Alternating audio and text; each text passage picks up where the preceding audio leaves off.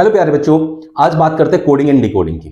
ये बहुत important topic होता है भाई। रेलवे में छोड़ो, हर एक एग्जाम में इसके क्वेश्चंस आते हैं, बट बेसिकली जैसे हम रेलवे पे फोकस कर रहे हैं तो ये बहुत इंपॉर्टेंट हो जाता है हम लोगों के लिए।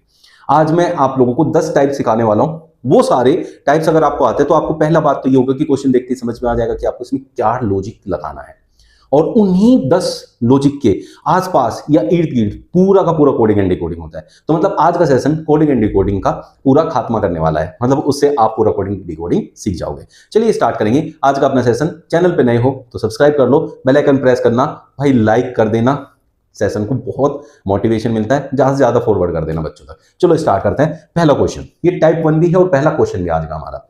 इसमें क्या है कि पेनिनसुला को 111 लिखा जाए। बच्चों जब बहुत सारे लेटर्स हो और यहां वियोग भी बड़ी सी वैल्यू दी हो तो समझ लो कि वहां उन सबकी प्लेस वैल्यू को आपस में जोड़ा गया हो। तो एक टाइप का क्वेश्चन कोडिंग डिकोडिंग में से ये बनता है कि सबकी प्लेस वैल्यू को आपस में जोड़ा जाए और 111 यहां बन जाए। तो पी की जो वैल्यू है बच्चों वो 16 होती है, plus E5, N 14 plus 9 plus 14, S जो है आपका 19 होता है, U जो है आपका 21 होता है, L 12 प्लस 1।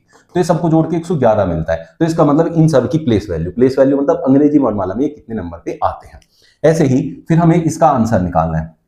तो डी कितना होता है बच्चों 4, I 9 plus 3 plus 8, O 15 plus T 20, 15, M जो होता है 13 प्लस Y होता है 25। इन सबको जोड़ोगे तो 112 मिल जाएगा। 13/12 2020 में पूछा गया क्वेश्चन RRB NTPC का। ठीक है, तो ये टाइप 1 है जिसमें हमें ये समझना है कि सारी प्लेस वैल्यू को आपस में जोड़ा जाता है और उससे हमें उसका कोड बनाया जाता है। अब टाइप 2 की बात करते हैं जिसके अंदर क्या होता है देखते हैं। जे को 17 लिखा गया, एन को 13 लिखा गया, तो जूनियर को क्या लिखा जाएगा।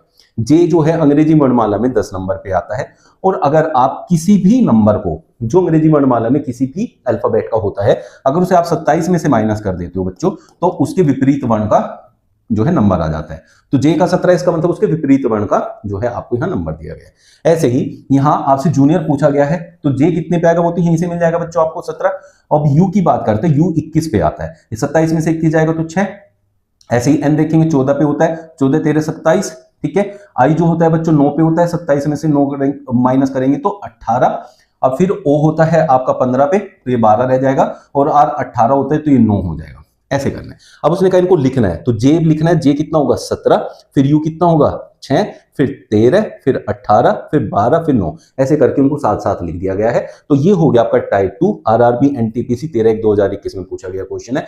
तो जब भी आपको कोडिंग में ऐसा क्वेश्चन होगा तो आप ये लॉजिक लगा के इसका आंसर निकाल सकते हो। टाइप 3 की बात करते हैं।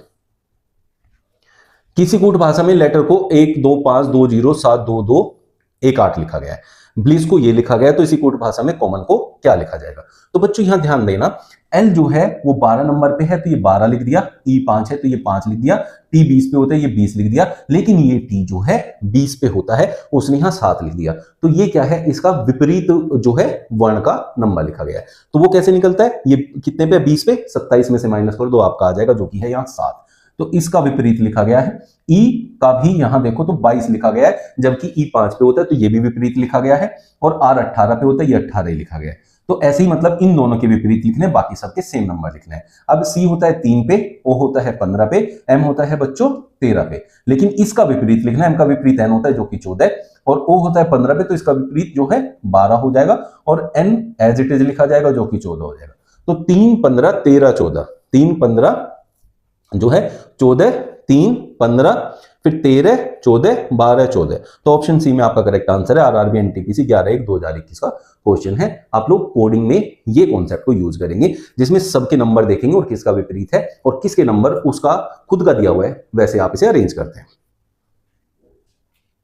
एक निश्चित कोड में लिखे जाने पर डल्टी को हम 24759, फॉर्म को 1863 के रूप में लिखा जाता है, एरिड को किस रूप में लिखा जाएगा।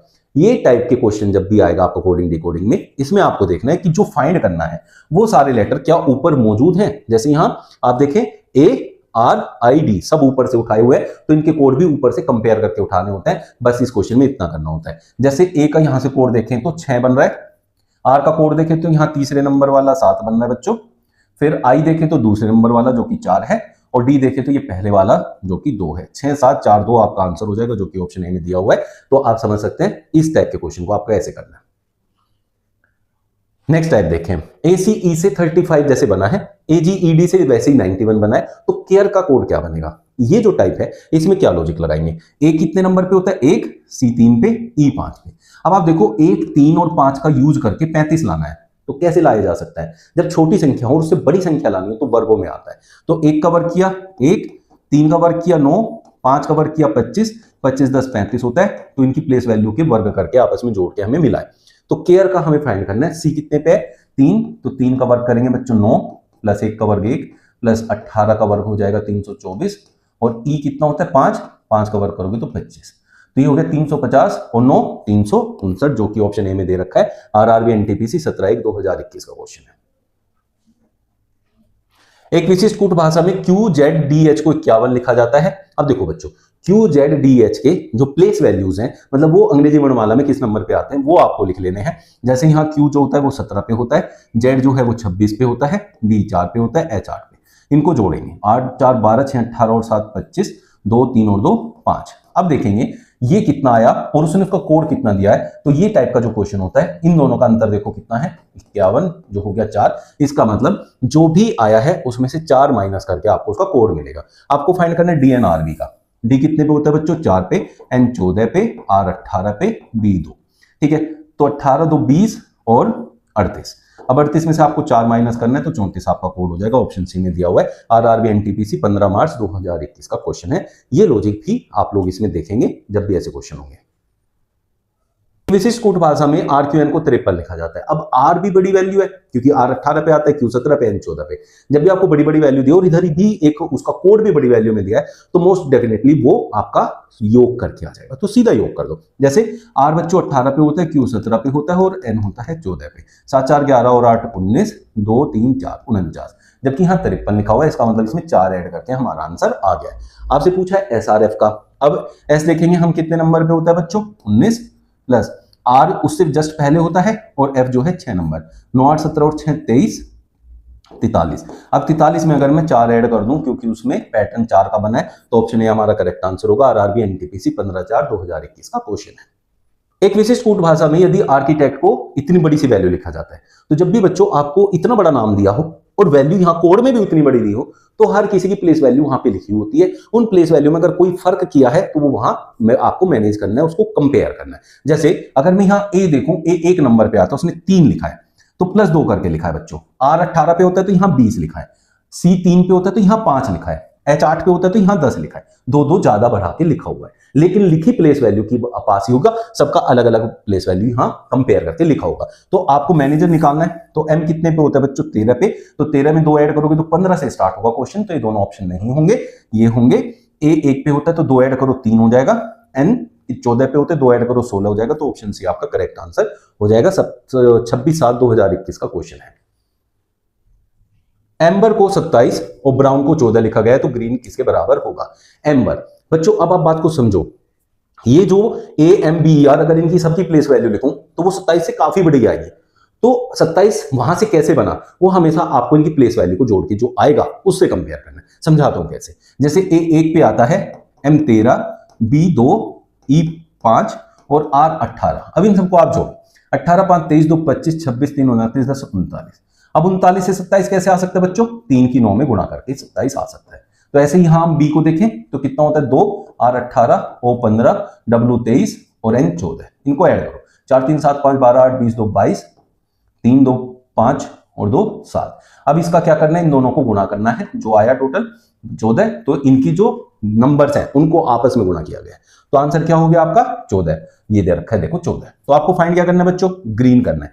तो जो भी आपने पैटर्न लगाया है उसी पैटर्न को लगा के आपको आपका आंसर मिलेगा। जो भी आंसर आएगा कमेंट कर सकते हैं कमेंट बॉक्स में। ये आपका होमवर्क है। 28/12/2020 का क्वेश्चन है। एक विशिष्ट कोड भाषा में जूनियर को 6 लिखा जाता है, लेबोरर को 8 लिखा जाता है। यहां देखिए एक बड़ा सा नाम है और कोड बहुत छोटा सा है।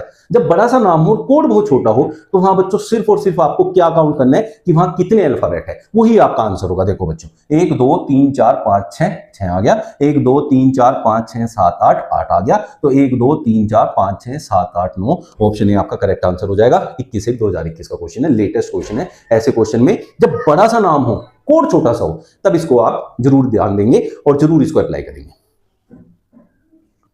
नेक्स्ट टाइप का जो क्वेश्चन है वो देखो यहाँ क्या लिखा, VEIL को 2592 के रूप में लिखा जा सकता है।